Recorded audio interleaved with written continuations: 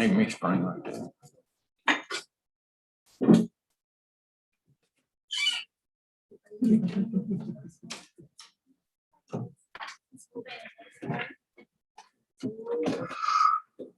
Commissioner Fletcher was 40 and judges must have been real tiny.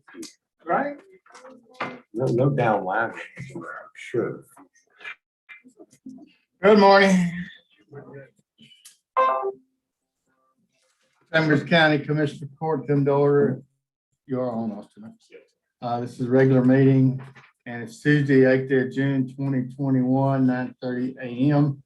County Courtroom, Manaway, Texas. You'll all rise. Ma'am. For the record, Commissioner Combs is not present and not on Zoom either.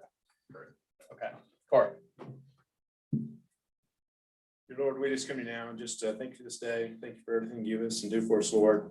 Just pray that as we come to you today, that we do a good job as a commissioner's court for the citizens of Chambers County. Just pray that we do your will, Father. We just pray these things in Jesus' name. Amen. Amen. All right, join us in the pledges. Pledge allegiance to the flag of the United States of America and to the republic for which it stands, one nation, under God, indivisible, with liberty and justice for all. Honor the Texas flag. I pledge allegiance to thee, Texas, one state, under God, one and indivisible. Thank you. All right, a couple things before we get started. It's my first court since my Bearcats won the national championship. Barbers Hill girl, you like that, don't you? Barbers Hill girls, class 5A softball champions over the weekend. Liberty girls, 4A state champs, and Deer Park 6A state champs. So our area did really good. And give me time. And the Barbers Hill boys are playing Thursday in the state tournament. So, ma'am. AYSO has at least 3 teams playing in the state tournament in Sulphur Springs 2 weekends from now, and we don't know how the boys are going to do. 6 teams. Cool. Good luck to everybody. Yeah. And my grandson's t-ball team won last night, 15-0. Man, we're on a roll. Seriously, we had a hurricane conference last Thursday, had 165 participants. I thought it was really good. And, I want to thank the speakers, everyone that attended, all those that helped plan and then worked to have the function. But it went real well, and you reminded everybody, hey, it is hurricane season. And in today's world, we really expect to have a hurricane every year, or some kind of disaster, whether it's a pandemic, whether, so be prepared, be ready. All right, citizens comments, Lauren, we have any? I got Larry Moore, but he's on 3-1 and 3-2, so we'll wait for those items to come up. Nobody else? Okay. 1.1, discuss, what about IT? I think. Okay, 1.1, discuss, consider department update, information technology. Good morning.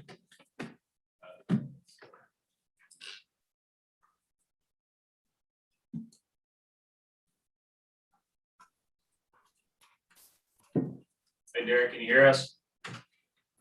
Yes, I can. Good morning, Derek. We're on your item. You may proceed when you're ready.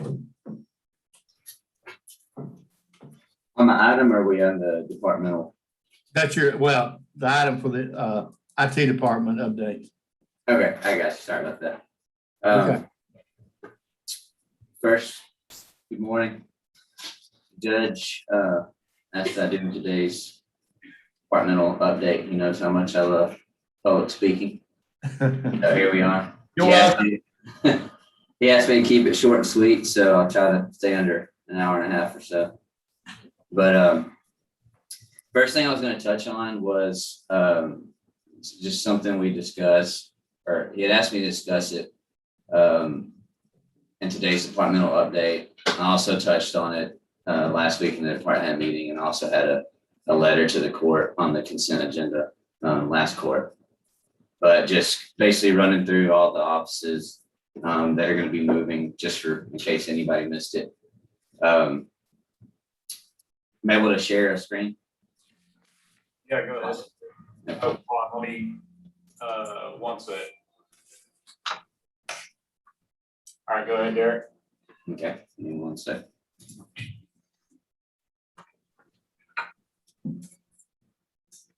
So the IT department better not fumble this up, okay? Okay, You know, good. y'all should have it visible now. Got it. Okay, great. So first off, is the law library electronic access. That's been moved to the Anahuac Library. It's located in the job center. I'm gonna get with Valerie and see if we can maybe throw some signage up, show where that's at. From there, the election Central County equipment is moving to the 3rd floor vault to be locked away.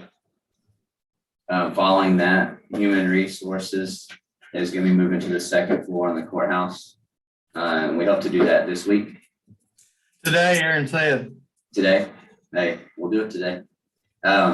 Next is information technology. We're all going to be migrating to the county courthouse, bottom floor on the south side. And we started that process now. So that's starting to take effect. Won't be 100% complete right now, but we've started migrating over. And how long has IT department been separated? Couple of years? Yes, sir. Okay. Since definitely pre-pandemic.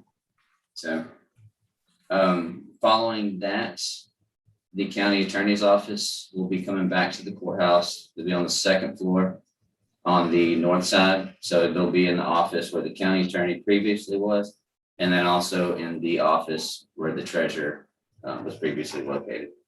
And that we hope to do that first week of July. So next is, Patty's, the district clerk's office. She's moving over to the Anahuac Annex on Highway 61, where the county attorney's office currently is. And we hope to do that in the last week of July. So it's the goal date right now. And then last is the county clerk elections department. Once the district clerk's office has moved out, they will be taking over the space on the 3rd floor of the courthouse. And that's going to be in the middle of August, week of August 16th. So let me, that's all I had on the screen share, so I'll stop that. Any questions on it? Nope. Mike, Just so you know, on consent 19, 23, and 24. hang on, Mike. Pass the mic, George, please. I know this is new to everybody. Scott? Just so you know, on the consent 19, 23, and 24 has to do with those moves. Okay. Got it. Those are the items that we got to take care of so everybody can move. All right, thank you. Okay. Thanks, Mike. I'll go ahead, Darren. Okay, and just to follow up on some previous moves, district attorney's office, the county court at law, financial offices, they've all physically moved to their newer additional locations. There's still a few things to complete. At the county court at law, we still have to finish the design and implementation of an AV system for their courtroom.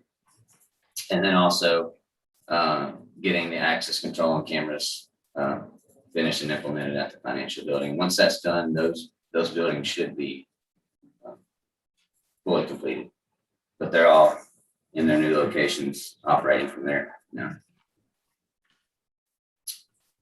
That's all I had on the office moves. I was gonna move into just update on the actual IT department. So we've done some restructuring. Previously, we had 2 divisions of the IT department, and each had its own department head. We've rebuilt this, so everything's under a single umbrella now. since last court, I moved into the role of the director.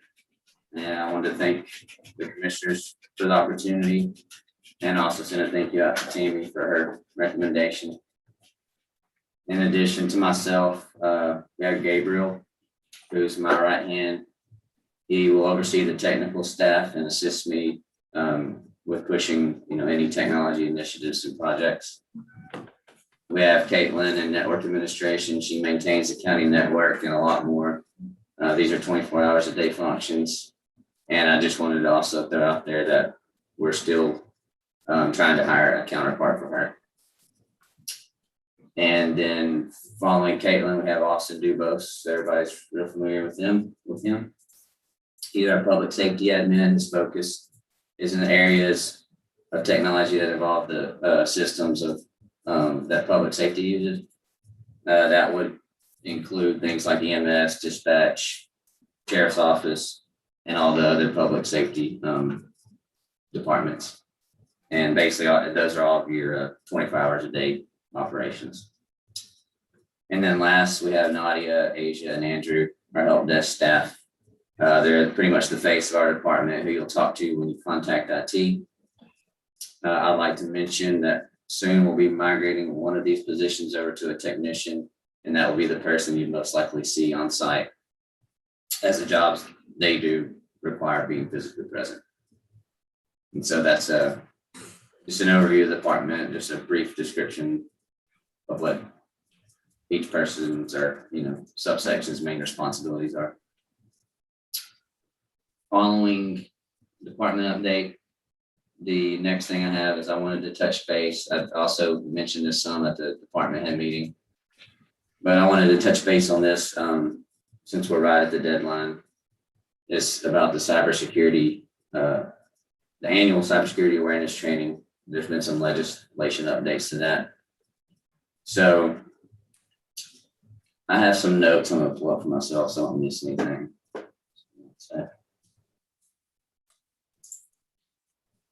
All right, so there have been some major changes to this legislation that affect counties. I want to make sure that the court's aware of them.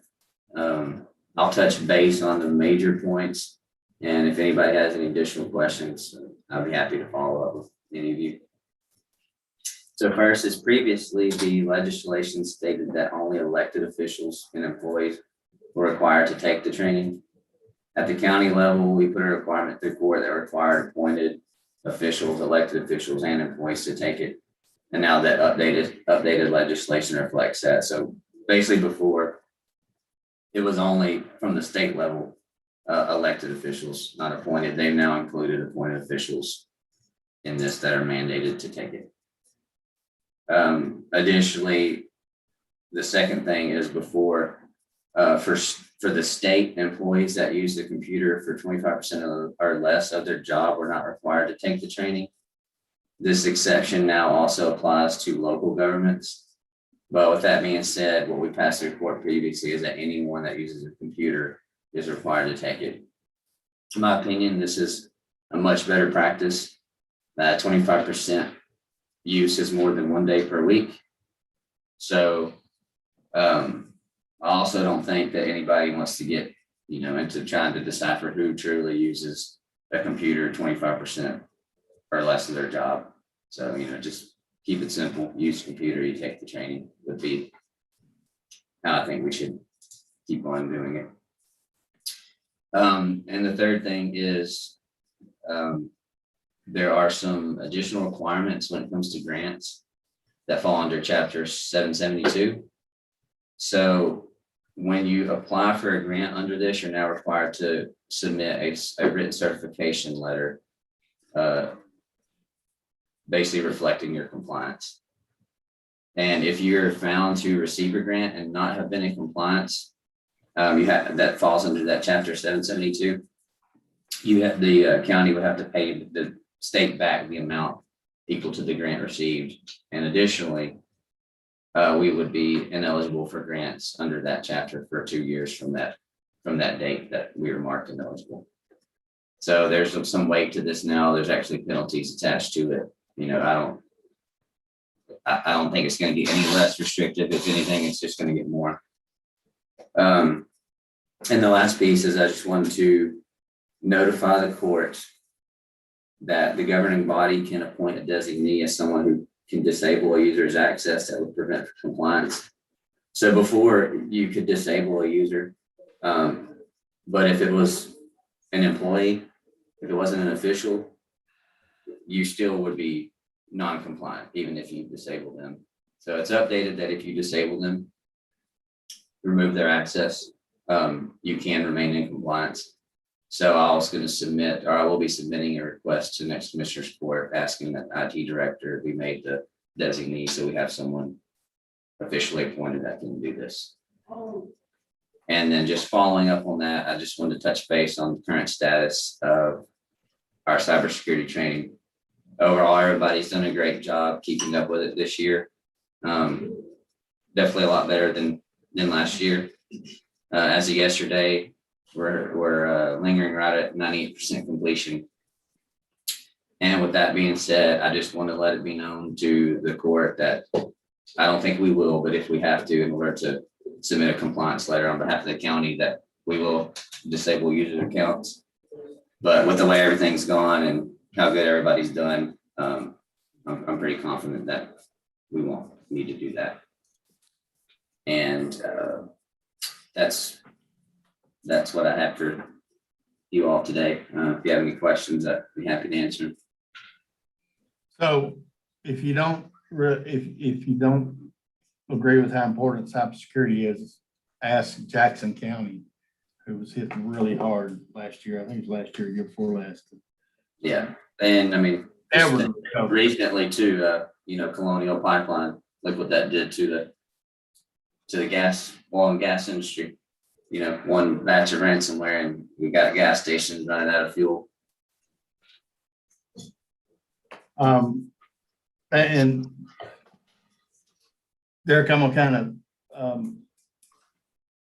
get off what you said a little bit, but I want to thank Tammy Yarder for, I think it was 20 years of service to the county. And did us a great job in our IT department. I mean, what we got set up now is pretty much done by her. I think we had one previous IT person, and then it was him and her, and she took over 20 years ago. So basically 20 years ago. So thank Tammy for all our service. All right, any questions of Derek? So we have a list of who hasn't completed their training. Yes, sir. We have we can run reports, and I ran it yesterday just to look at the updated list, and it's very far and few between. There's just a handful of people that just have a few things to complete. So when are you gonna put that in the paper, those that hadn't? yeah, so next court would be whenever I'll submit the letter requesting the designee appointment, and then also next court, excuse me, I believe the day calendar. So next week is when I have to turn the compliance letter into the state. So that following court, is whenever I would submit the compliance notification to Commissioner's Court. Okay, great. So are you sending that list to all the department heads? And Yes, everybody? sir. I've been sending out notifications, and like I said, most everybody's been knocking it out, and there's just a few left. So I It's think not that hard. I think we get it done. Yes. If I It's can do more- it, even a lumberjack can do it. Know what I'm saying? I know it. It's time that a lot of people extra time didn't have, but I promised the court I'm spending a lot of time on this too. Just trying to make sure everybody's got done. So we're feeling it in our department as well. All right, any other questions? Derek, thank you so much. Thank you. 1.2, discuss, consider approving, excuse me, the resolution authorizing the formation of Chambers County District Attorney Criminal Investigations Division application to the Texas Commission of law enforcement agency number. Eric. Morning. You want me to read the resolution, Boy, Judge? no, I don't want you to Okay. just tell us what it says. The, right now, essentially, the way this works is the district attorney employs investigators, but since the district attorney's office does not have their own TCOL number, these investigators technically are under the jurisdiction of the sheriff. So this resolution would allow the district attorney's office has applied to TCOL to get their own TCOL number. And this, one of the requirements is have a resolution of the governing body, but this application would actually allow the investigators that work for the district attorney to be commissioned by the district attorney as opposed to the sheriff's department. So there's no real issue here other than just transferring the jurisdiction of the investigators that are currently employed by the district attorney from the sheriff to the district attorney. And we have all the paperwork, all the paperwork's been completed. It's been preliminarily submitted to TCOL. And the last two items on the list are the documents from the governing body and the minutes approving the resolution. So that's why we're here today. Do we have any questions? And the sheriff, you told me the sheriff. Yes, the sheriff- Helped you all along the way. The sheriff's fine with this, and honestly, as a practical matter, it's never been an issue before, but in the future, if there were to be a different sheriff, or if there was some other issue, in theory, the sheriff could pull those employees back from the district attorney's office, and there'd be a problem. That is not currently the problem. I don't ever want to state that's ever been the problem, but looking forward, that's just an issue. Well, if you look at other counties and how sometimes they. Yes, it could potentially be a problem in the future. So we just want to go ahead and take care of this now. So we everyone's kind of answering to the right person. Second, Judge. Motion by Commissioner Gore, second by Commissioner Tice. Any questions? Hearing none, those in favor? Aye. Opposed, motion carries. Thank you, Counselor. Judge, I have one more item on consent, which is Oh, yeah, 1913. If anybody had any, I was just gonna be available to answer any questions on 1913. If anybody had any 1913, approve the questions. purchase Celebrite UFED four-piece program for digital evidence. The amount of $9,385 to be used for San Luis County Sheriff's Office and District Attorney investigators. Tell us what that is. That is, Cellbrite is a program that law enforcement uses to download cell phones. We've never had our own Cellbrite here. We've had to go to DPS. We've had to go to Beaumont PD. We've had to go to different people to use theirs if we have cell phones that need to be downloaded. So for instance, if officers have evidence that's seized on the side of the road, they think that evidence has digital evidence of a crime on there. We go to the court, we get a search warrant to download those phones. But then it's still a real chore to download those phones. The practical methods that we have sometimes take hours or even days to download those phones. The Cellbrite program can literally download that digital evidence and put it in a readable format within a few minutes. So that's, and I believe it's being paid for out of forfeitures somewhat. Yeah, no, I think it is too. Yeah, he had it in the budget. Yes, so. That's how, we don't need to vote on it. That's one, I just want to answer any questions if anybody had them. All right, Okay. thank you. Thank you, Judge. Thank you, Commissioners. Thank you.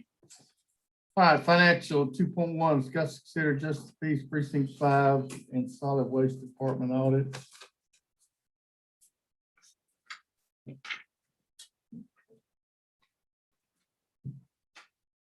I guess somebody's on. No. The conclusion for JP5 kept permit funds for over a year after transaction dates, many permit receipts and altered fees recorded or were missing signatures, or 1/4 of the permits for solid waste contain errors or are inadequately documented. Proper documentation, preparation, retention, and issuance of paper receipts at the time of the purchase will reduce the amount of errors. As the audit was not a detailed examination of all transactions, there is a risk that errors or fraud were not detected. Thus, JP5 and solid waste retain the responsibility for the accuracy and completeness of the financial information. So I'll entertain a motion to accept that. Make a motion, Judge. Motion by Commissioner Hammond, second by Commissioner Gore. Any questions? Those in favor? Opposed, motion carries. 2.2, discuss and consider action to postpone consideration of an order authorizing the sale of combination tax and revenue certificates obligation. Aaron. Good morning, everybody. Yeah, so today would have been the day to approve the CEO. So we've done the compliance of putting newspaper twice. And so there was one part that we did miss, well, that I missed was the new part of having to post on the county website on public notices. Did not get that in soon enough. So we talked to our legal advisors, and they suggested that they talked to the AG trying to say, hey, it's to show that we're not hiding anything kind of thing. We told them, hey, we've already done public hearings. We've already done a town hall. We post on the media everywhere. But it did not, it didn't work. It wasn't enough. And so we're going to post, we've already posted on the website, so it's there.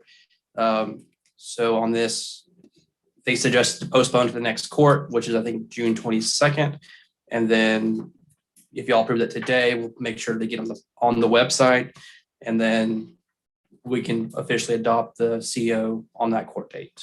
So yeah, that was my fault on that.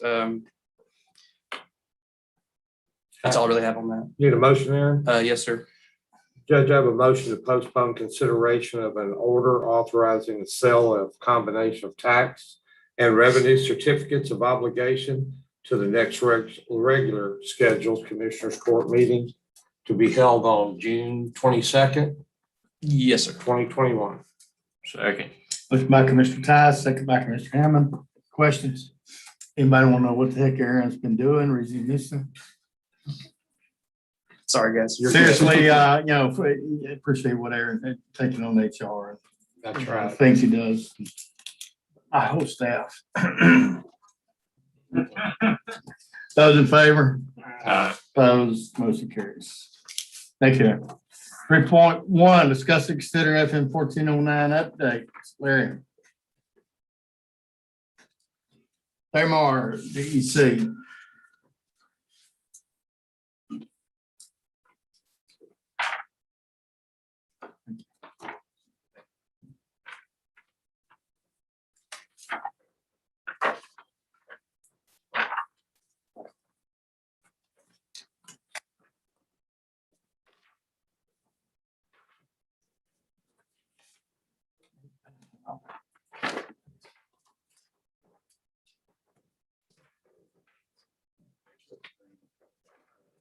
Button on 7. I did that. There you go. Good morning, Judge, Commissioners, Morning. ladies and gentlemen. My name is Larry Marr. I'm with DEC. I'm the engineer of record for FM 1409, and I brought you an update to the project. I'll go over this briefly. First item is the current schedule. The roadway project had 2 bid openings. The second bid opening in November of 2019. Texas Sterling was the contractor who awarded the project. Texas Sterling got their notice to proceed on April 6, 2020. The original construction schedule is 18 months, and according to the contractor's current schedule, they are anticipating completion in September of this year. One side note, the court had requested the contractor to finish the roadway south of I-10. They're in the process of going in that direction. One thing that we had asked them to do at the very beginning was to complete as fast as they can the connector roads, both north and south of I-10. Some name those jug handles. So they are in the process of working to complete the connector roads on the north side of I-10 up to about Station 85. The reason is being that you don't want to have two contractors working in the same area at the same time. And right now, Texas Sterling has control of the area of the connector roads on both north and south of I-10. That will be the area that the bridge contractor will be working in when he gets his notice to proceed. So we're trying to get Texas Sterling out of that area so that Angel Brothers can come in and do their bridge work. They are hoping to have that finished in the next month or so. The bridge project schedule, the bid opening was in April of 2021. Angel Brothers was the low bid. We anticipate their notice to proceed in August. Unless you have something different. Okay. Their original construction schedule is 14 months, so the anticipated completion is September of 2022. Thank you. Current budget, the construction contracts, the roadway project right now is at 19.2 million. To date, they have been paid about 15 million as of May 27th. The bridge project, the low bid was about 4.9 million. Under construction management, if change order 18 is approved by the court, that will provide adequate construction management fees to complete the roadway and bridge projects. Under project, I'll just summarize this. Most of these items have been completed. The Fonzie we had in 2014. On the roadway project, we did originally have traffic counters in the project in order to count the vehicle miles traveled as part of the reimbursement from the state to the county. Those traffic counters are no longer part of the project. The utility relocations for both projects have been completed, that they're free of utility conflicts. That's a big hurdle. Yes. Yeah. The roadway, and I'm sorry. Just let me Okay. chime in, thanking Aaron for his working with elected officials to try to help nudge along our utility companies to make completions. It did take a lot of work. Yeah, Congressman Babin's staff really assisted us in getting those things done. Yes. And likewise on the pipelines, all of the features, the roadway and drainage features have been completed that cross the pipelines. Again, we had some assistance from the county and from Congressman Babin's office.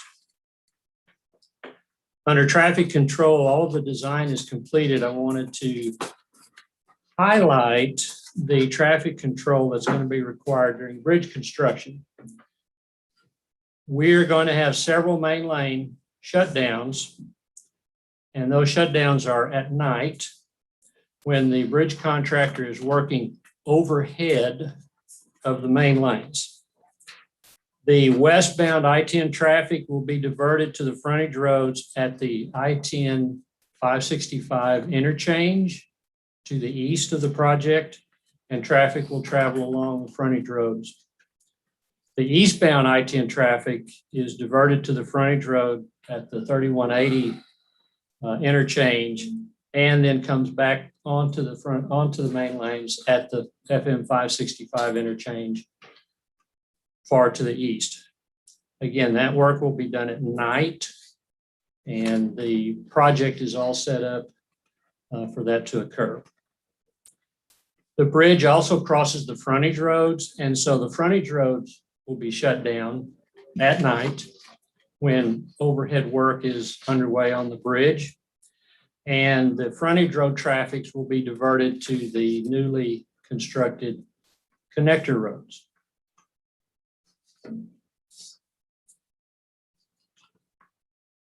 As far as construction management, the roadway project, we are providing those construction management services that are underway.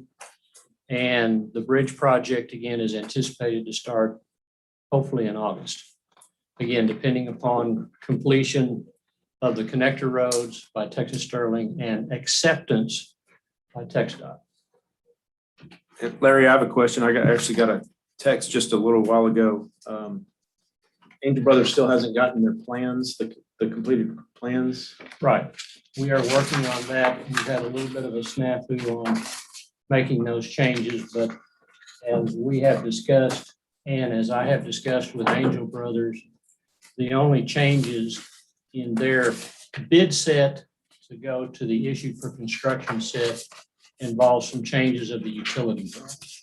All of the design, traffic control, everything that was in the bid set is still good for the issue for construction set. But as you know, they told us they can't proceed with their contracts, their subs and their suppliers until they have something that's actually sealed by you as the Yes. engineer of record. Yes. And Yep, understood. so when will we have that? I was hoping to have that last week. We were working on that this week. So I'm hoping to have that done this week. So by Friday or when? I hope, yes, that's the plan, if not sooner. I have other questions. So, south side, they've started paving. On the south side of I-10, they have completed the entire roadway of the first layer of asphalt, the first 2.5 inches of asphalt pavement. They are working underway now to put the finish or the wearing course or the driving course, which is 1.5 inches of asphalt. They're in the process of putting that down now. So it's pretty close. Yes, well, there's still some things to do. They have to put the pavement markings down. Most of the signs are up. And then there's a process we have to go through to determine the posted speed limits. And that will be underway with TxDOT. Okay. And again, the north side, the north connector roads, they have not placed their prime coat yet. They were supposed to start placing the prime coat today. Then they will start with the base course and then the surface course. But all of their machinery now is on the south side. Okay. The They road also is- have to pull up the shoulders, establish, get their seating done. We'll have to have TxDOT's. So beyond just getting the mix down and the stripe, we have to have TxDOT's approval before we can move forward. So they'll have to do a punch list, make any corrections prior to TxDOT accepting it. Otherwise, Yeah, we can't open it to the public until TxDOT accepts. right. That's correct. So that'll be a partial acceptance to the south and to these north. So, I mean, you're probably looking about the same time of when you're starting Angel Brothers around the 1st of August. Understand. And that, I mean, that's good. The south section is going to help Cove area. And Yes. do we know, and I didn't ask anybody to get up on this, but the 3180 interchange there? I mean, it looks like it's pretty close. It is close, but rain continuing Yeah. in critical areas. They're right on the north part of 3180 before you get into the concrete intersection. And then also the bridge work down at Hackberry Gully has been delayed a little bit, and they need those completion before they pave. They're still telling me that later part of June, they're anticipating paving that. So Okay, well, good. All right, any questions, Larry, for Corey? Okay. Let's go to 3.2. Discuss, consider request from Dana Mountain Engineering Corporation for FM 1409 Bridge revised change order number 18 for $690,000 for construction management, engineering, inspection and testing. Larry? Yes, we previously submitted a request with discussions with the judge.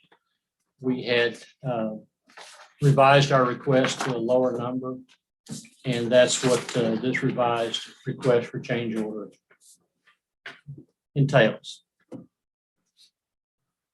Yeah, I know y'all discussed this extensively at last court. Corey? So Judge, yes, this basically, for the most part, shows some cost savings, I guess you could say, from the existing roadway portion that we really didn't anticipate spending. It is about $300,000 lower than the change order that was submitted last court. So I think, it's, I think they sharpened the pencil a little bit. There's a little bit of savings there, but really most of it is stuff that we would have seen anyway, so. Is that comparable? I mean, when this job first started, didn't y'all bid all the fees across the board for the total project, bridge and everything included? How did the bridge get separated out and another fee added to that? The bridge got separated out by us. Yeah, I know that, but I thought from the beginning, your fees were set for the total project. You're correct, Commissioner. In the original budget, we made an assumption that the bridge and the roadway would be constructed with Okay. one project, one contractor. I don't one think it bid. was an assumption. That Was the plan. That was the That plan. was- Go ahead. That is correct. That was the plan. In the meantime, various and sundry reasons and things beyond our control and your control. In our control. The bridge project construction phase was separated out. The design had been completed. It was just a matter of when we were going to start construction. And that finally was resolved. And so we've gone through the bid process. So what has happened is the construction phase has been extended because the two construction projects were separated. But is that where the additional fee comes in? Because looking at the first bid y'all sent last week was $900,000. $991. $991, and you figure that percent wise for a $4.5 million project, that's pretty high percent. How do you, I mean, you don't go by percent on stuff like that? How do you figure calculate that? Well, doing percent of construction is one way to see where you're at. In this particular case, we made some assumptions as to contingencies, as to what might happen, the project being extended. When construction projects go, things happen.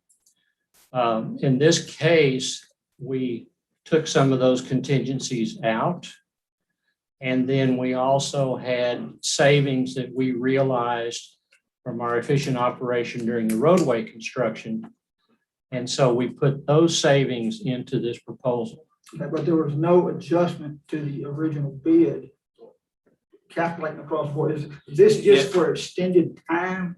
Is what I'm trying to wrap my head around. No, it's not. And in addition, so really, I mean, in the first portion of in the roadway portion, they were anticipating several $100,000 not really being utilized. And in this aspect, then they're kind of combining the two to where we're still paying that extra 250 or, that extra portion.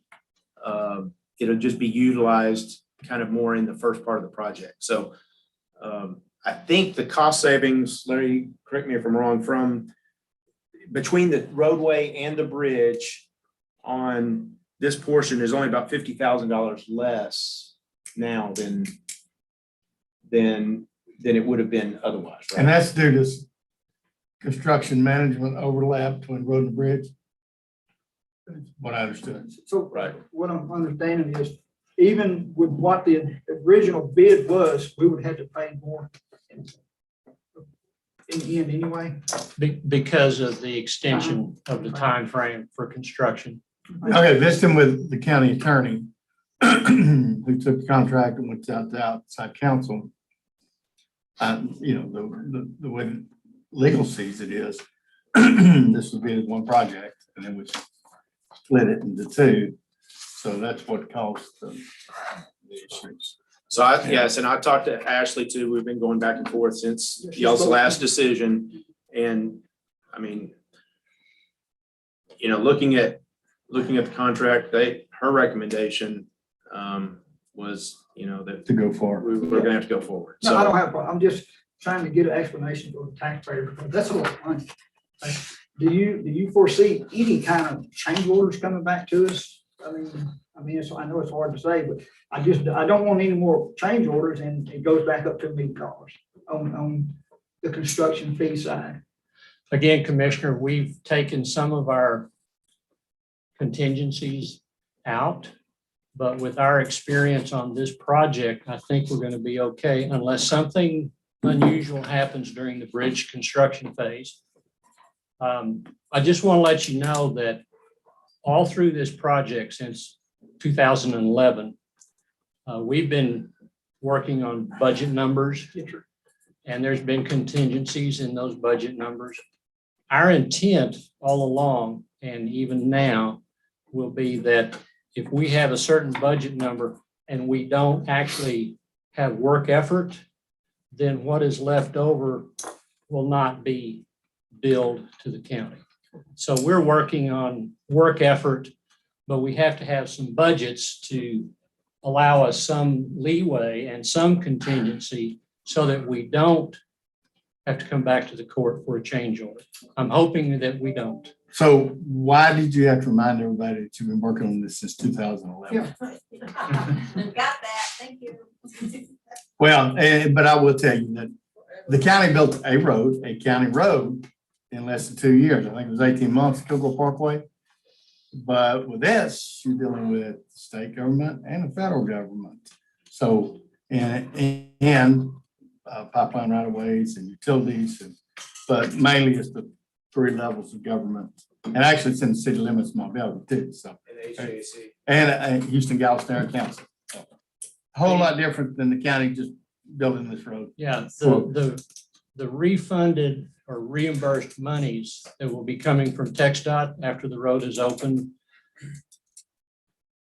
TxDOT usually doesn't know from whence they get their monies because there's various pots of monies, but they always make the assumption that their money will be reimbursed from the federal government.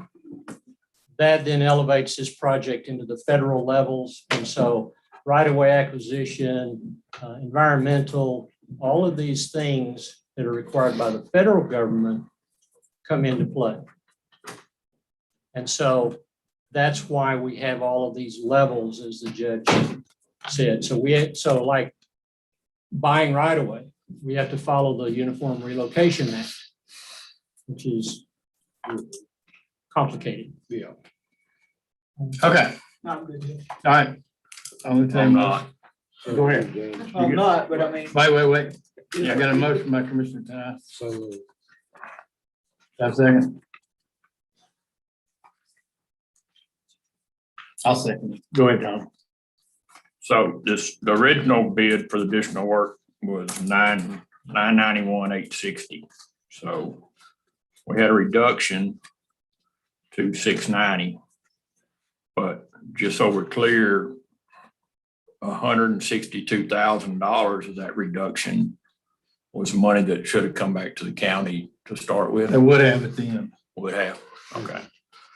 So that puts your reduction at 142, somewhere in there, which is about 15%. So, and we think the educated estimate should be somewhere between 500,000 and 600,000. What you think?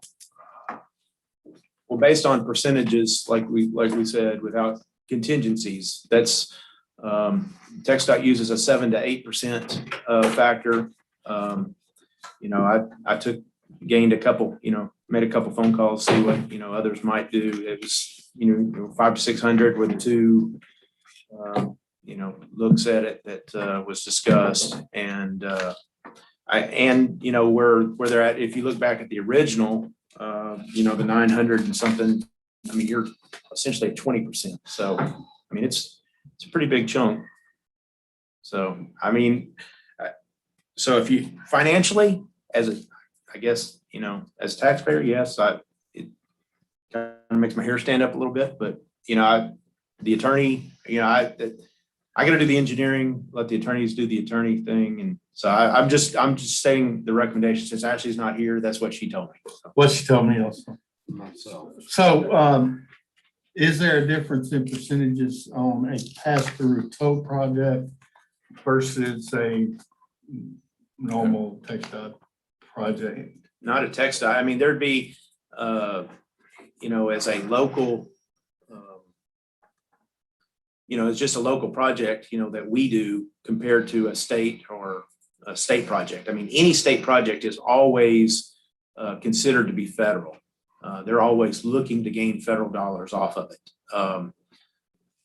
So, they're going to go to that, nth degree on the inspection stuff. So they're the only, like I said, just to be fair, I guess with Larry and stuff, from the first aspect of how this project was first conceived as one overall project, it was split up. So through the construction process, you would have a little bit more because you have to do two estimates. You have to keep up with two separate things of paperwork, two separate files. There's a little bit additional there, keeping up with different contractors. And negotiating that, you're going to have two separate, status meetings, as you go along for a time period as they overlap. Now, we're supposed to be finishing this in September. The next one starts in October. So you're only talking about overlap for 2 months, potentially. So, I mean, it's not a great deal. The initial, I don't know. There's some there. I think in my opinion, this is way overboard on the price. But That's the reason I asked, the initial deal, I understand things have changed, technology's changed, the height on the bridge a couple of different times. well, that's on the design side. That's not the construction management. Yeah, So but we had to pay for that, We did. 200,000 here, 200,000 there, and it just keeps adding up. And then that's the reason I asked for the initial project was including the bridge. There was a fee that was set. Right. Okay? The fee for the bridge, I mean, overall was figured in there. If we took the bridge out, that fee, you would thought that fee would have been reduced. That's what I'm saying. And it would have been added to like this here. agreed. But I don't see that reduction in the overall project to add to this. So I Is mean, that where that 300,000, that 150,000 Well, that's what I was gonna say. or So- whatever that came from? So they originally had a estimate of what the overall thing was, but they're actually billing us based on the hours used on the project. So they gave a lump sum ballpark of what they anticipated, and that's what the contract was for, but they still charge us based on hourly rates. So that 160,000 that came back to us, is that part of what Jimmy's talking about? It is. 140, 160? 162. 162. So, and that still could change, actually. I mean, depending on if you end up doing more work, right? It could change, but we're not anticipating. So- And that's what worries me is that we're gonna get another change order. Well, it could, so- 18 in this month. Well, and the other thing, so you're actually dealing with, you're dealing with the interstate And unknown. and the ramps and those kind of things. So anything that pops up, I mean, this is kind of a different element as going through, virgin land, like the roadway. So if something pops up, TxDOT sees something's not right, and they ask for something, all of those things. So if it's determined to be an error by the engineer of record, he would have to do that at his own cost. But if it's something that in some way can be looked at as an additional scope or something that he shouldn't have anticipated, then all of those fees, the county would still be responsible for paying in a change order. Fair? So we did get credited back 162,000. If we got credited 160,000, that means they were figuring the fees to oversee the bridge was 160,000. I mean, that's, You want to look at that. Let me try to clear this up a little bit. okay.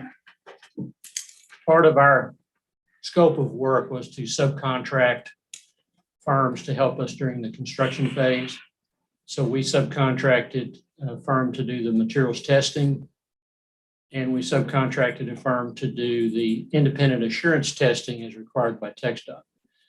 And we subcontracted a firm to provide additional inspection services if we were unable to cover it.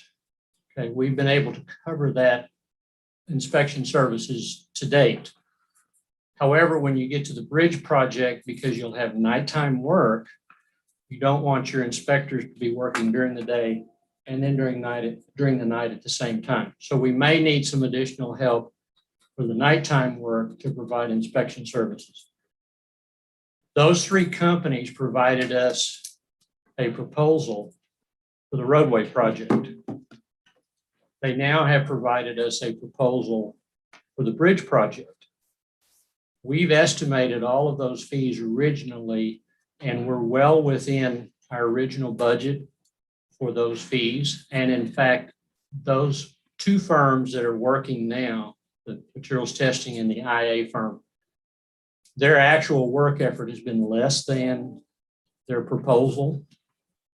So we believe that there will be funds that we will not be invoicing to the county when we get to the end of the project. So there will be additional savings.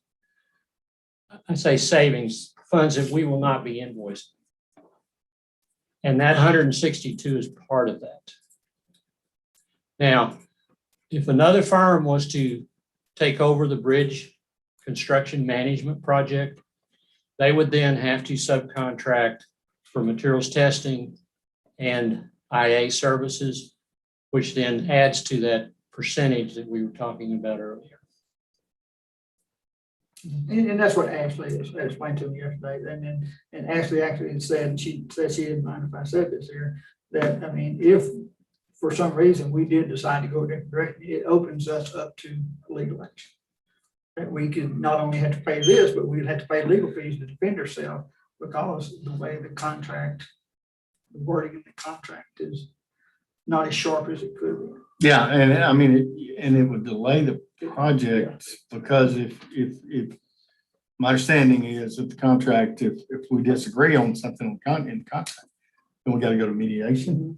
And first you got to give the 30-day notice to DC that, hey, we disagree with this, and then you go to mediation. And I don't know what that's going to do with TxDOT and all that stuff there. I just want a little more explanation. Let me tell you, it's a lot of money. well, sure. It's taxpayers' money, and I understand that everything comes out of taxpayer pocket, but I mean, everybody just needs.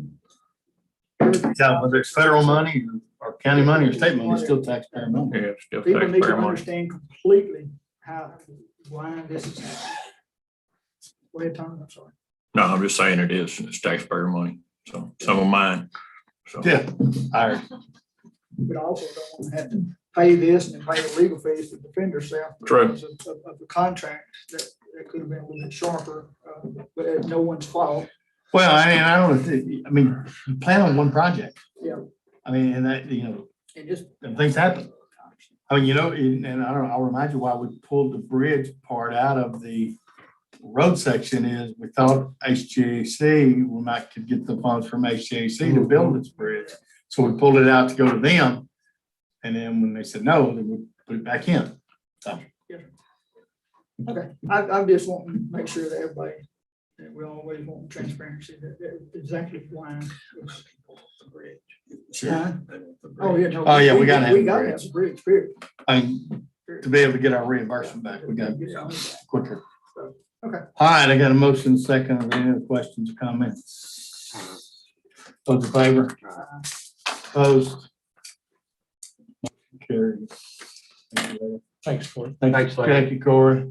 Thank y'all. All right, 3.3, discuss and consider additional options for construction management. We don't need that one because we just approved 3.2, so we'll pull that. 3.4, discuss considering into general engineering contract with JMT, Johnson, Miriam, and Thompson to assist the county engineer responsibilities. Corey. So this was added to the court. We have opened up the county engineer position to replace my role, as this will be my last court. In fact, the thief is here sitting in So But we have had no one apply for the county engineer position that I'm aware of. And this would be an opportunity to retain basically my experience as a new company has offered to lend my services to the county for a time period as needed until we can find somebody.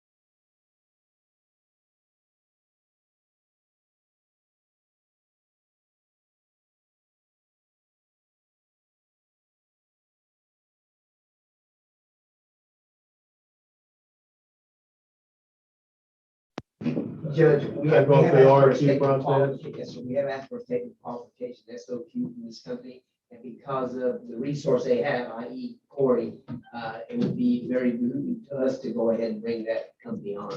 And we cannot discuss pricing until after y'all agree to that. And then we go into contractual pricing with this company.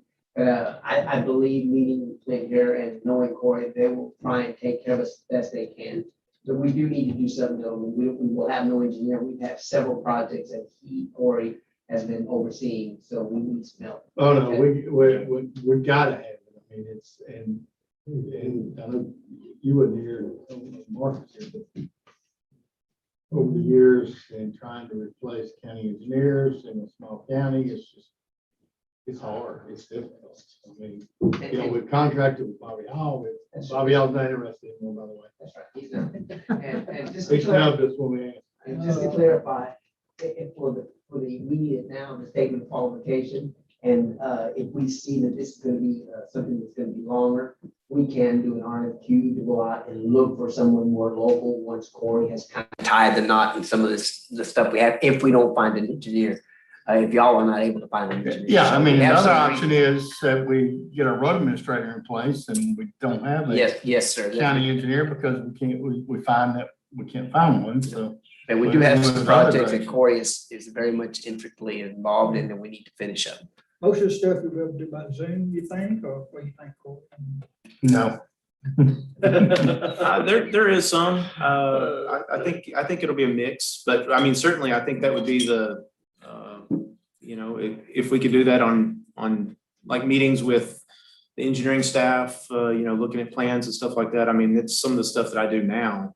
There's going to be some stuff like, with TxDOT, trying to control their punch list for the 1409 job, and that doesn't get out of hand and drag out. I think that's where I could play a real intricate part in just, making sure that, working with them, or, if you need, there's some other areas, but sometimes it's going to require me to, be down here. Boots on the ground. Well, and you do have, but I was gonna say, you do have boots on the ground. You got Larry that'll be there. Right. And then you got your assistants. So who do you have assistants right now? Engineering assistant? So we have Natalie that's got 2 years experience, Natalie Lopez, and then we have Zachary that we just recently got on board.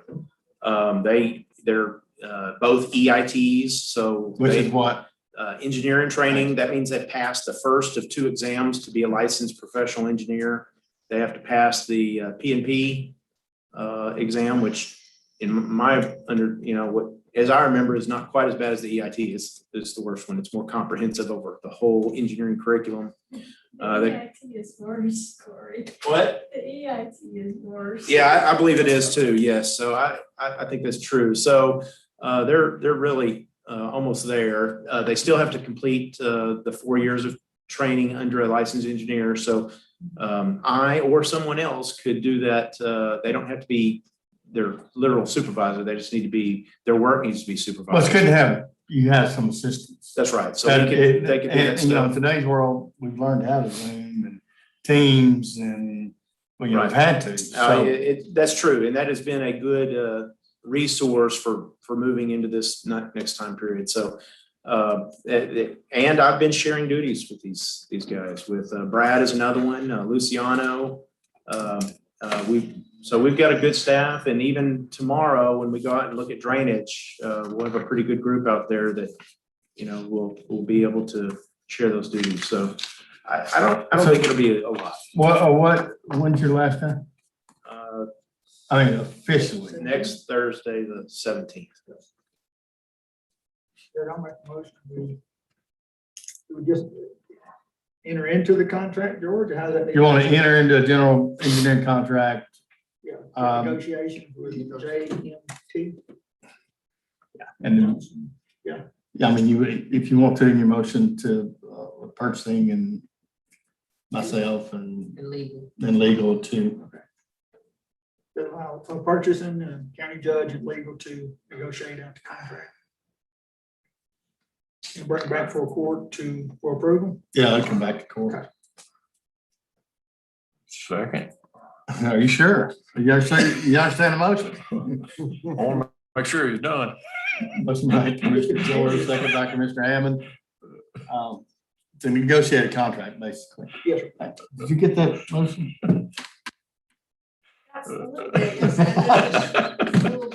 We'll clarify it for you if you need to. The bottom line is to negotiate a contract for engineering services, contracting engineering services. Go. Is it okay if I say something? Come to the microphone, please.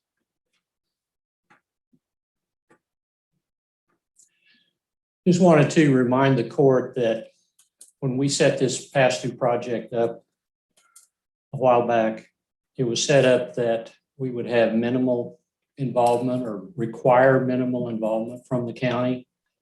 We basically are set up to do everything with the federal government, with textile, with everything else. When Corey came on board, he offered and directed us that he would do a lot of the work that we typically do, and that was appreciated, and that's helped quite a bit. But in hiring a new county engineer, just to let you know that we're capable, we're set up to do the entire pass-through project with minimal assistance from the county. Good, and that's kind of what I told Corey a while ago. We do have boots on the ground. So. And those are expensive boots, so sit down.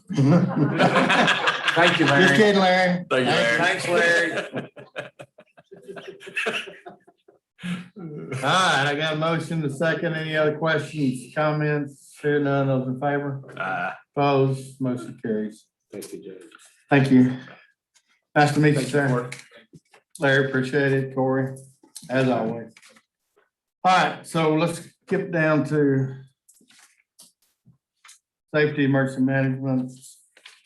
10.1, discuss and consider resolution recognizing the month of June 2021 as Heat Illness Prevention Month for Chambers County employees. Encourage all staff members to work diligently to protect their health this summer. Glenn, good morning. Good morning. Be great. Y'all need a break. You hear me? Begin. Okay, so we presented this for June because typically in other parts of the United States, the hot months are June, July, and August. As y'all know, we go from May to October here, and then the rest of the year is hit and miss. But heat illness is a real thing, especially for folks that are working out unshaded performance services for the citizens. And we kind of did this a few months ago with hand safety, and we saw a lot of success. So we wanted to push it just a little bit further and get the Commissioners Court, the judge, all of you to buy in on that and give us a resolution so that we can push this program out further. Wellness got on board with us, and everyone that's participating and sending their quizzes in are being awarded wellness points. So That's the point of the resolution, is to push this program out and encourage employee participation. The hot time of the year, do we furnish our employees, the ones that work outside, with anything besides water, Gatorade pops, anything like that? Not that I'm aware of. Statistically, water is your best replacement. If you, 1 quart per hour in medium work at temperatures above 95 degrees is adequate replacement. Some folks will tell you that some electrolyte replacement's good. Some people will tell you it's not. It depends on who you talk to. The one thing everybody agrees on, though, is water is your best liquid supplement replacement to your body. We can look at that in more detail if that's something you guys would like. Well, we can look at it. Commissioner Hammond wants to read the resolution. He said, since it's such an important resolution for heat illness. It is very Yeah, I important. know.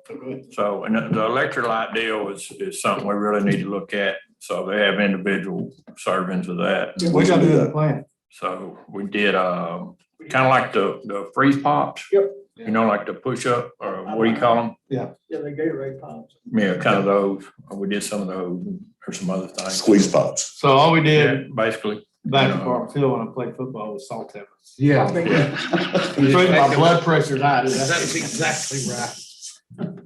Yeah, we also did some Gatorade. And of course, during the COVID deal, all they had to go to individual. Couldn't make it in bulk, so. Resolution, y'all stay awake. Whereas heat can create serious health problems, especially those who are elderly, very young, sick, and who do not have access to air conditioning. Whereas symptoms of heat illness include heavy sweating, muscle cramps, weakness, dizziness, nausea, weak but rapid pulse, and headaches. And whereas if fluids are not replaced quickly enough, heat illness can lead to heat stroke, which causes extremely high body temperature, red and dry skin, rapid pulse, confusion, brain damage, loss of consciousness, or death. And whereas as person experiencing heat illness should find shade, drink water slowly, and make sure there's good ventilation. And whereas the best defense against heat-related illness is prevention efforts such as staying as cool as possible, drinking plenty of fluids, wearing cool clothing, and monitoring outdoor activities. And whereas with the hot summer months quickly approaching, Chambers County Commissioners Court is encouraging all Chambers County employees to stay safe while working. Now, therefore, be it resolved that the members Commissioners Court of Chambers County, Texas hereby recognize the month of June 2021 as Heat Illness Prevention Month for Chambers County employees, and encourage all staff members to work diligently to protect their health this summer. Motion by Commissioner Hammond, Second. second by Commissioner Gore. All those in favor? Opposed, motion carries. Thank you so much. Gordon. Thank you. Thank you for reading that. All right, let's take. How about 7.5? We'll take 7 minutes.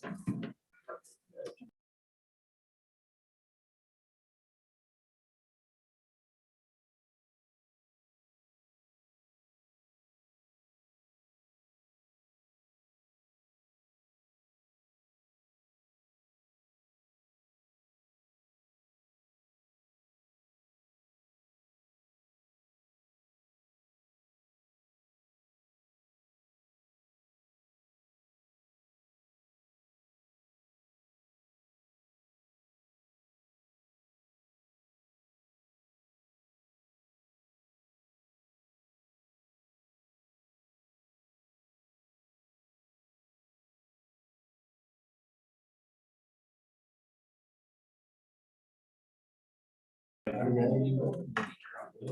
right, court come to order after recess. It's 11:03 a.m. We're going economic development, tourism. 5 point. Let's go to our public hearings. 5.2.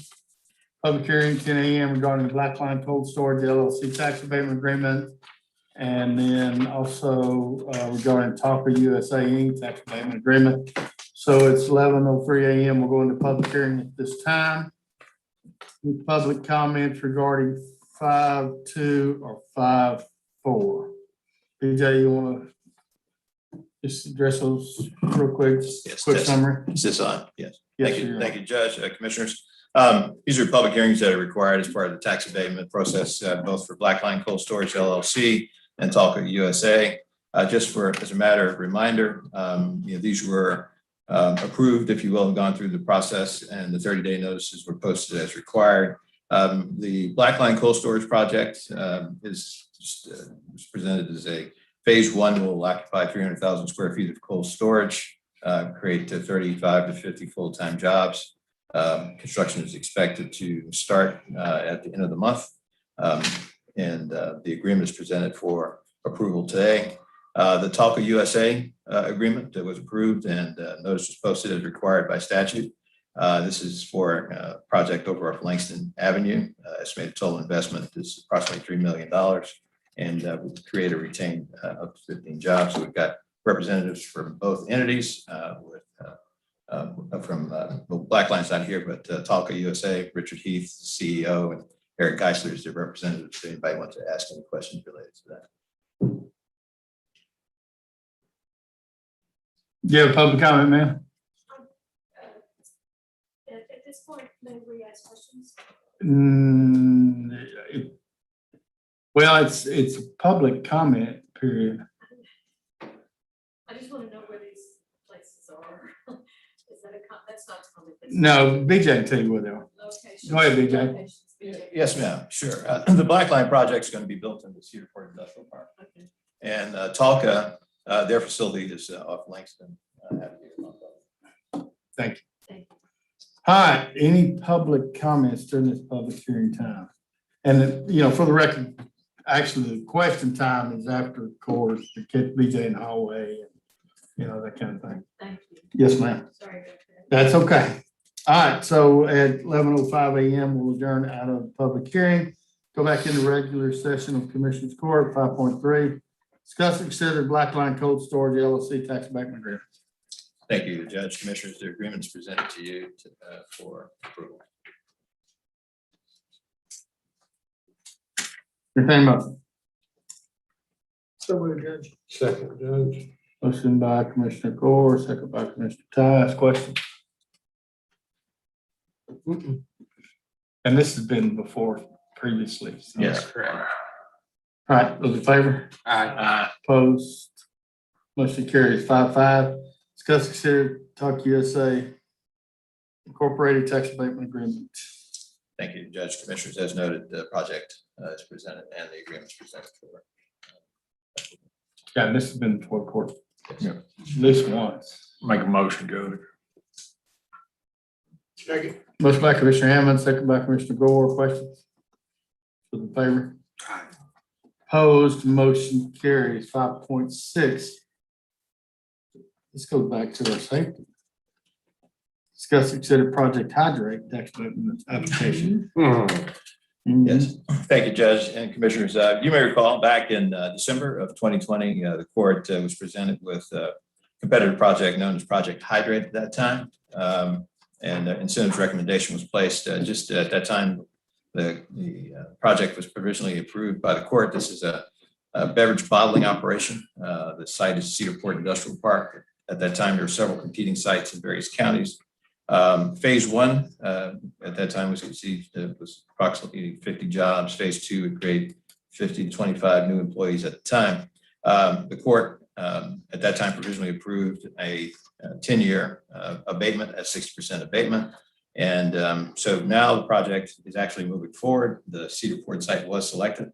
The application that you have before you is a bit more refined. The parameters of the project are noted on the cover letter, and also who the prospect is. It is Niagara Bottling Company. Niagara is submitting the application for the property tax abatement. Phase one is a little larger than was originally conceived. This is a 611,000 square foot facility that's going to be built just adjacent on the frontage of the Grand Parkway as it curves down to the west. And the other parameters are noted through there. Niagara obviously is a well-known brand. We have a representative here Jason Vangelis to speak to the specifics of the project. We need to get some more information, but again, the court has already approved or provisionally approved the abatement back in, the particulars of the abatement back in December, and today the application is presented for approval. And I'd be glad to answer any Question?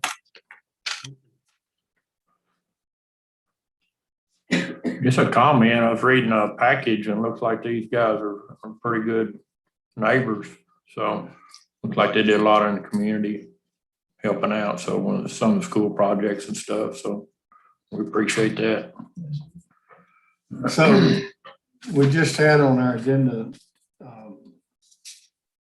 the hydrate comment. So how much water are you gonna furnish the county for employees? At cost. No, I'm joking. You don't make the, is it just bottled water? Hey, will you come up?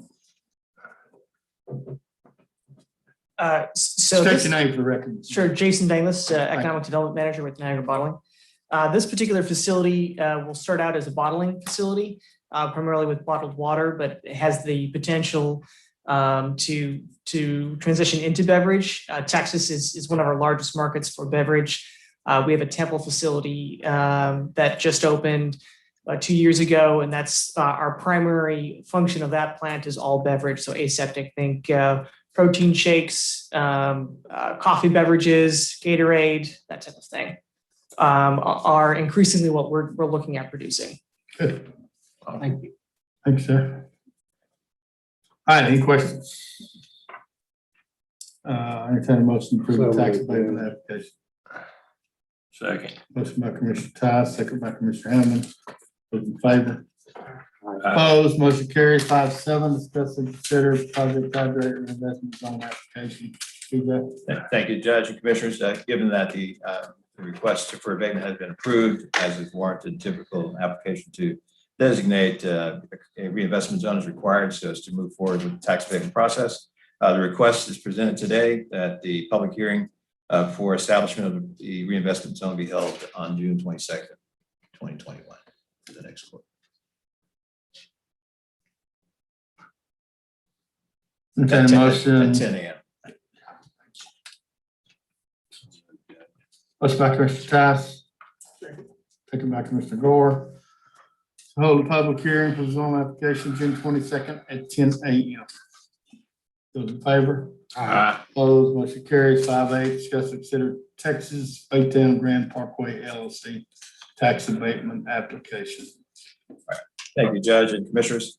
This is a project, this is another cold storage project. If you may recall, just in previous presentations to the court, this sector is emerging as an important sector. The Black Line cold storage project that was just approved. This is a second project that would be located in the Cedarport Industrial Park. What's proposed here is a 281,000 square foot refrigerated warehouse facility on the 27 acres. Their proposed location is just to the northeast of Project Hydrate along 99. The capital investment is approximately $62 million. Job creation, approximately 35 jobs will be created in phase 1, 100 construction jobs, and a phase 2 is contemplated at 169,000 square feet. As we've done in the past, at the court's request, we've given an economic impact estimate in a cover letter with respect to the direct, indirect, and induced impacts that are noted in that recommendation. What is proposed today is the court consider to approve the application or accept the application as presented and consider a 5-year tax abatement per the Chapter 312 policy today.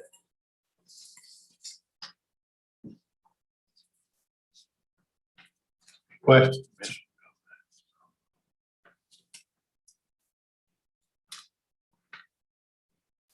BJ, say it again, what you asked the court to approve. To approve the application today based upon. Motion by Commissioner Tice. Second. Second by Commissioner Hammond. Approve the application, tax abatement application for Texas Baytown Grand Parkway. Questions? Those in favor? Opposed? Motion carries 5.9. Discuss and consider name change to Parrot, 4762 Boris Sand, Holdings LLC and Parrot 4830 Borson Holdings LLC. DJ. Thank you, Judge. This may take some unwinding, but the resolution that's presented today essentially is related to change in name. And I'll just go through the recitals in the resolution so that there would be record. This is a resolution that's being proposed to assign the rights and obligations that accrue to Perrette 4762 Borison Holdings LLC and Perrette 4830 Borison Holdings LLC under the tax abatement agreement that was amended and assigned back in December of 2017. And that first recital on December 12th of 2017, the county authorized assignment of tax abatement agreement that had been granted to Clay Partners at 4762 Borison LP and for Clay Partners 4830 Borison LP, and assigned the rights and privileges of that agreement to Perrette USA Incorporated. In March of 2020, a organization called WPT Industrial LP, which is known as WPT, acquired all the ownership interests of the parent company of Perrette USA.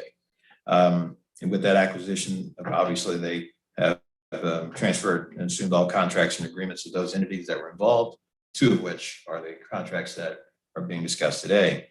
Perrette 4762 Borison Holdings LLC and Perrette 4830 Borison Holdings LLC were subsidiaries of Perrette USA and have been named, or WPT has changed the name of Perrette USA to WPT USA.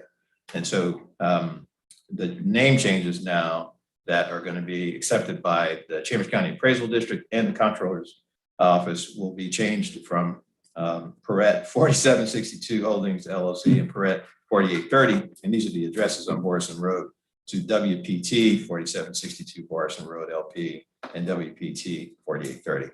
So essentially this resolution provides the allowance so that CCAD can make their changes and the comptrollers can as well. So what's presented is for your consideration today is to approve this. What will accompany this, if in fact the court approves the name change, is a consent and estoppel, which will be presented at the next court to authorize the judge to sign the consent and estoppel that would accompany this resolution to CCAD and the comptroller's office. I hope that wasn't too confusing. Yeah, Commissioner Hammond wants to know who's on first. Yeah, who's on first? But for record, I mean, just Right. for record. Yeah, you did a good job explaining. Entertain a motion. So moved, Judge. Motion by Commissioner Tice, second by Commissioner Gore, to approve the name change as explained actually in the agenda. Now, any questions? Those in favor? Opposed, motion carries. Are you good? I think that's you doing. Thank you, Judge. Thank you, BJ. Thank you, BJ. And we'll be talking. Yes. Maybe later this afternoon if you get time on that other issue. Very good. All right, thanks. Let's go back up 5-1. Thank y'all. Thank Take care. Good to meet you. Discuss and consider approving task authorization 1 presented by the Goodman Corporation for developing the complete application for the Textile Transportation Alternative Program. Authorized payment once the deliverables listed are completed. You got a letter in your packet from Samantha requesting what's on the agenda. TGC has submitted attached task authorization 1 for this project, which allow them to finalize the complete application for these projects. They're rated $12,500.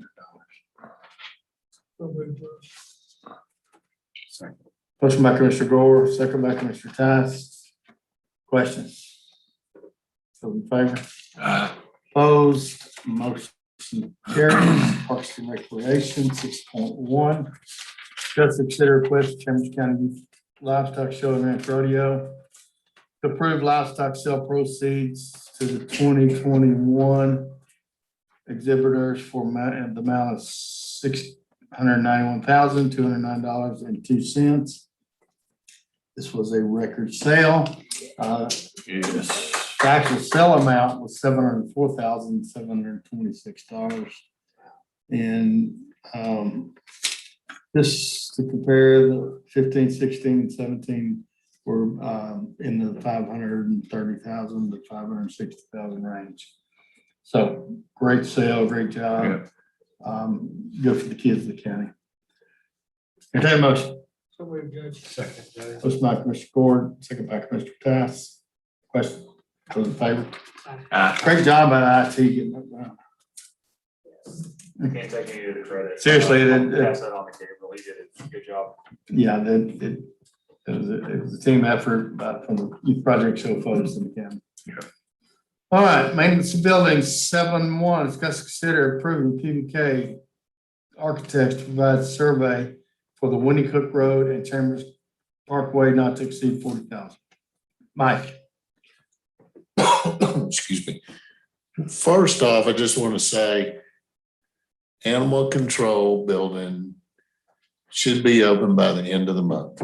Say it again. There are just a Say it few again. little things that we're doing and we're rocking and rolling.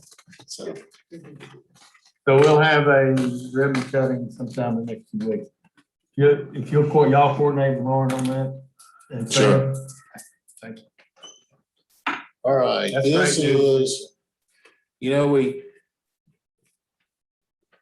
we've got the Winnie Cook Road ballparks, and then we've got the Chambers Parkway ballparks, basically. It takes such a long time to get surveys nowadays. I want to make sure that we go ahead and get the surveys rolling on these two projects. So by the time we get the money from the CO, we're ready to go and we're ready to, rock and roll with those programs. So that's what this is basically all about. And that's a good price, Mike. It's not to exceed that. So I really don't know what the price is on a couple of these until it actually comes in, but this should cover us. I mean, it could come in less than this, so. Is that a motion? Motion for approval, Judge. Second. Motion by Commissioner Gore, second by Commissioner Hamlin. Any questions? Favor? Opposed? Motion carries. 7-2, discuss, consider approving the reduction on retainage for NNC construction to 90% for Juanita Hartgrave's library. If you haven't seen the new library since we moved in, that ribbon cutting is very, very nice. Something proud from. It is. Motion for approval. Motion by Commissioner Gore, second by Commissioner Tice. Any questions, Mike? Anything you need to say about that? Well, this is something that the auditor's office wanted us to come through court to get this paid. And just so everybody understands, we've been prolonging this job with little change orders and change orders and change orders. And I got a contractor out there that had a whole bunch of money that we were holding, to do $1,000 in new lock set here and new something there. And it's just not fair to hold his money. So this is, hey, I'm still holding money on him. I'm not giving him all his money. I'm still making him do everything in the contract, but I am releasing the majority of his retainage because it's just the fair way to go about it. I agree. Got a motion and a second? Those in favor? Opposed? Motion carries. 7-3, discuss, consider approving Beam Professionals to provide bid documents to replace the roof at the dispatch building, Mike. The roof at dispatch it doesn't leak all the time, but when there's a storm and the wind's blowing, it leaks. And that's when we need them, right? Right. And that building is 24/7. And when it leaks and it's during a bad storm, it really messes things up. It's not a big roof. It's actually a metal sloping roof. We just need to replace it, get it fixed. I've had, even the contractor that built it came out here and we spent a week looking for this thing. We have recaulked, we've done freaking everything. Finally, I got beam out here. I said, what's wrong with this roof? Tell me. And so their recommendation is just put a new roof on it. And I'm saying, let's do it, get it over with and go on down the road. How old is that, Mike? Do you know how old that building is? I want to say it's 7 or 8 years old, somewhere in there. So there's no warranty left on the roof? Maybe longer, maybe it's more like 10. Yeah, I'm thinking 10-ish. But no, there's no. So on the new roof, are we gonna have a 5, 10, 15, 20-year water tightness warranty on that once the specs have been put out in its bid? I'll let you look at it. I mean, part of my deal is, you know, I was gonna have to pay a professional to come out and look at it. And part of my deal was, they said, hey, we'll come out, we'll look at it, we'll tell you what we think. And we'll even, you know, give you the plans and specifications, you know, to what to put on it. So, Beam, right? right. Yeah, that's the good part about having beam. They can capture all scopes. So you can be a part of that process. I don't have a problem with that. I just had to have somebody that knew roofs a lot more than I did. Because we looked for that leak forever. I'll be more than happy with specs. Okay. Is there a percentage that we can pay out of health services? Yes, there's the percent that we're paying, that, because, you know, they do dispatch, and Mike and I had already talked about this. They dispatch EMS and fire. So if you negotiate a compensation, or you gotta wait till to approve them?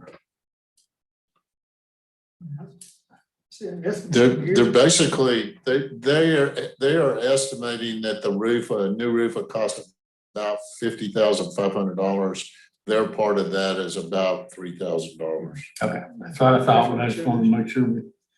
So you want to do a not to exceed? Works for me. That'd be my motion, Judge. All right, got a motion by Commissioner Gore, second by Commissioner Tice to not to exceed the $3,030. Yes. That's estimated. That's gonna be the, No, their fee Yeah. is $3,030. Yes. Okay. Beam. Yeah, Beam's fee to provide bid documents to replace the roof dispatch. And that's a great number, Your Honor. Judge, I just checked, my company did the MEP engineering on that building in 2010. Thank you. All right, those in favor?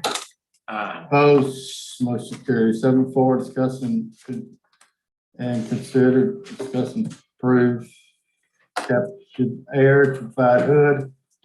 Annual system, $8,202.50, and all obstruction, complete installation of new kitchen exhaust hood, ductwork at Winnie Community Building, $16,354. This is something we've been needing to do for a while. yeah. Okay, well, so, Motion by Commissioner Gore, second by Commissioner Tice. Questions?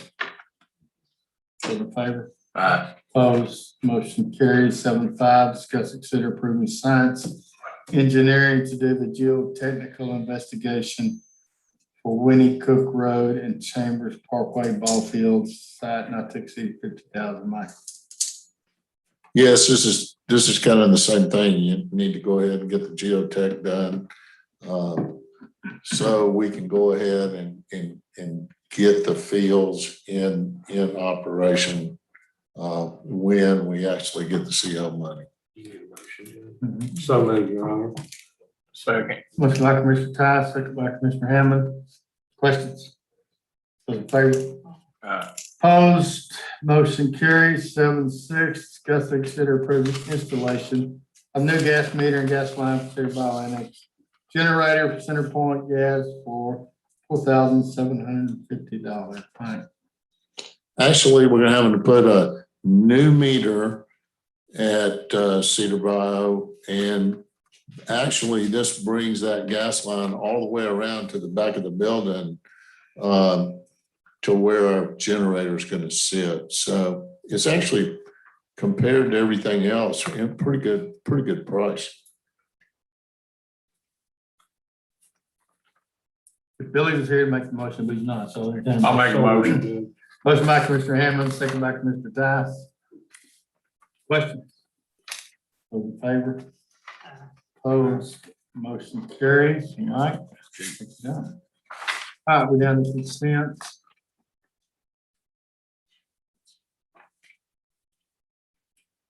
Precinct 3. Oh. I just want to make a comment on number 12. Just want to recognize the ESA sorority for making that donation for the picnic tables for Fort Anahuac Park. So, Yeah, I'll echo that. Appreciate them doing that. other than that, I didn't have any questions on the consent. Precinct 2. 1. Good, Judge. Entertained motion. Motion by Commissioner Gore, second by Commissioner Tice.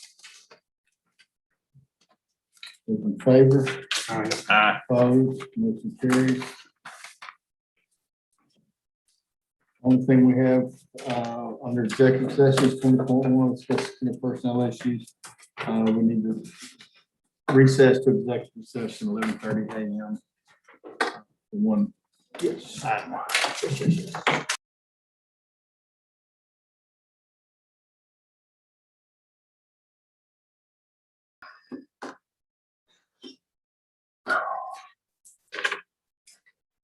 Cameron County Commissioner Clark comes to order after executive session. It's 12:26 p.m. No action out of executive session. So with that, Commissioner's Court is